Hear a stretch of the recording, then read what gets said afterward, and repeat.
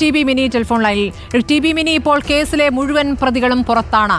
ഇപ്പോൾ പൾസർ സുനി കൂടി പുറത്തേക്ക് വരുന്നതോടുകൂടി സുപ്രീം കോടതി ചോദിക്കുന്നു, വിചാരണ എങ്ങനെ അനന്തമായി നീണ്ടു എന്ന് അത്ഭുതം കൂറുകയാണ് സുപ്രീം കോടതി. ആരാണ് ഉത്തരവാദി?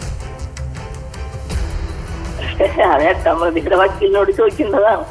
കാരണം എന്തായാലും അതിജീവിതമായിട്ട് ബന്ധപ്പെട്ടുകൊണ്ട് വിചാരണകൾ നീട്ടുന്നില്ല. ഇനി പൾസർ സുനി എന്താണ് ഇതിൽ വെളിപ്പെടുത്താൻ പോകുന്നത് നമുക്കറിയില്ല. പൾസർ സുനി ഇതില് ഞങ്ങളെ സംബന്ധിച്ച് പൾസർ സുനി ജയിലിൽ കിടക്കണമെന്ന് ആഗ്രഹിക്കുന്നവർ തന്നെയാണ്. പിന്നെ സുപ്രീം കോടതി ഒരു വിധി പറഞ്ഞ നിലയിൽ നമുക്ക് അതിനോട് അതിനംഗീകരിക്കല്ലാതെ വേറെ നിവർത്തിയൊന്നുമില്ല. കാരണം അയാളാണ് ഈ കുറ്റം ചെയ്തതെന്നുള്ള കാര്യത്തിൽ ആർക്കും തർക്കമില്ല. കാര്യം ഇതിൽ എട്ടാം പ്രതിക്കും തർക്കമില്ല, അതിജീവിതയ്ക്കും തർക്കമില്ല, നാട്ടിൽ ആർക്കും തർക്കമില്ല. ടി.ബി. മിനി, നമുക്ക് എല്ലാവർക്കും കാര്യങ്ങൾ എന്താണെന്ന് അറിയാം. പക്ഷേ പ്രതികൾക്ക് അനുകൂലമായി കാര്യങ്ങൾ എങ്ങനെയാണ് ഒരുമിച്ച് ചേരുന്നത് എന്നാണ് മനസ്സിലാക്കാൻ പറ്റാത്തത്. വിചാരണ എങ്ങനെ നീളുന്നു? വിചാരണ നീളുമ്പോൾ പ്രതിയുടെ അഭിഭാഷകനാണ് അന്വേഷണ ഉദ്യോഗസ്ഥനെ 87 ദിവസം വിസ്തരിക്കുന്നത്. ദിലീപിന്റെ അഭിഭാഷകൻ സാക്ഷി ബാലചന്ദ്രകുമാറിനെ 35 ദിവസം വിസ്തരിക്കുന്നു. സൈബർ ഫോറൻസിക് വിദഗ്ധരെ 21ഉം 13ഉം ദിവസം, അതിജീവിതയെ 7 ദിവസം വിസ്തരിക്കുന്നു. അങ്ങനെ സമയം നീട്ടി കൊണ്ടുപോവുകയാണ്. ഇതൊക്കെ ഇന്നലെ സുപ്രീം കോടതിയിൽ സംസ്ഥാന സർക്കാർ വാദിക്കുന്നുണ്ട്. പക്ഷെ അത് ദുർബലമായി പോയില്ലേ ആ വാദം? എന്തുകൊണ്ട് ഹൈക്കോടതിക്ക് ഈ തരത്തിൽ, വിചാരണ കോടതിക്ക് എന്തുകൊണ്ട് ഇതിൽ അസ്വാഭാവികത തോന്നിയില്ല? സുപ്രീം കോടതിയെ സംബന്ധിച്ച് ഒരു കേസിൽ മാത്രമായിരിക്കില്ലല്ലോ, പല കേസുകളിലും പരിഗണിക്കേണ്ടി വരും.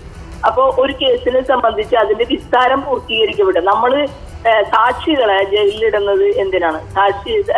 പ്രതികളെ, സാക്ഷികളെ സ്വാധീനിക്കാതിരിക്കുക, എവിഡൻസ് ചെയ്യാതിരിക്കുക. അപ്പൊ അങ്ങനത്തെ ഒരു സാഹചര്യം ഇപ്പോൾ ഈ കേസിനെ സംബന്ധിച്ച് ഏറ്റവും അവസാനത്തെ സാക്ഷിനെ വരെ വിസ്തരിച്ച് കഴിഞ്ഞിരിക്കുന്നു. പിന്നെ സർക്കാരിന്റെയും പ്രോസിക്യൂഷന്റെയും ആശങ്ക ഇനിയും നമ്മൾ ഇതിലെ ഏറ്റവും വലിയ പ്രശ്നം എന്ന് പറഞ്ഞാൽ നേരത്തെ നിങ്ങൾ സൂചിപ്പിച്ച ഈ മെമ്മറി കാർഡിനെ സംബന്ധിച്ചും ഈ നഗ്ന ചിത്രങ്ങൾ പകർത്തിയതുമായി ബന്ധപ്പെട്ടും അതിന്റെ ഫോൺ ഇതുവരെ നമ്മൾ കണ്ടുപിടിക്കപ്പെട്ടിട്ടില്ലാത്തതാണ്. അത് പൾസർ സുനിയുടെ കയ്യിൽ തന്നെയാണ്. പൾസർ സുനിയെ ആരെ ഏൽപ്പിച്ചു അവരുടെ തന്നെയാണ്. അപ്പൊ ഇത്തരം കാര്യങ്ങൾ, ബ്ലാക്ക് മെയിലിങ്ങും അയാളുടെ ക്രൈമും ഇനിയും തുടരാനായിട്ടുള്ള സാധ്യതയുണ്ട് എന്നുള്ളതാണ് നമ്മൾ ആശങ്കപ്പെടുത്തുന്ന ഒരു കാര്യം. അപ്പൊ അതിജീവിതയെ സംബന്ധിച്ച് ഇക്കാര്യത്തിൽ പ്രോസിക്യൂഷൻ എതിർത്തു. അതിജീവിതയെ സംബന്ധിച്ച് പ്രത്യേകിച്ച് ഒന്നും ചെയ്യാനില്ല. അപ്പൊ കോടതി അതിൽ പരിഗണിക്കുന്ന കാര്യങ്ങൾ യഥാർത്ഥത്തിലുള്ള ചില കാര്യങ്ങൾ കോടതി അതിൽ പരിഗണിച്ചിട്ടില്ലെങ്കിൽ പോലും നമ്മളിപ്പോ ജഡ്ജ്മെന്റിന് സ്വീകരിക്കല്ലാതെ നമുക്ക് വേറെ നിവൃത്തിയില്ലല്ലോ. ഈ പ്രതി പുറത്തു വരുന്നതിൽ എന്താണ് ആശങ്കയില്ല എന്നാണോ നിലവിൽ? പിന്നെ ആശങ്കയല്ലേ ഉള്ളൂ. രണ്ടു കാര്യം ഞാൻ പറഞ്ഞല്ലോ. ഒന്ന്, പ്രതിയുടെ തന്നെ ജീവൻ സുരക്ഷിതമാണോ എന്ന് പ്രതി ചിന്തിക്കണം, പൾസർ സുനി. രണ്ടാമത്തെ കാര്യം, ഞങ്ങളെ സംബന്ധിച്ച് ഒരു കൊലപാതക കേസ് അല്ലത്. ആ കൊലപാതക കേസ് ഇനിയിപ്പോ റേപ്പ് കേസ് പോലുമല്ല. റേപ്പ് ചെയ്ത് നഗ്ന ചിത്രങ്ങൾ അയാളുടെ കയ്യിലുണ്ട്. അതാണ് ഞങ്ങളെ സംബന്ധിച്ചുള്ള വിഷയം. ഇത് വലിയ ഇഷ്യൂ അല്ലേ?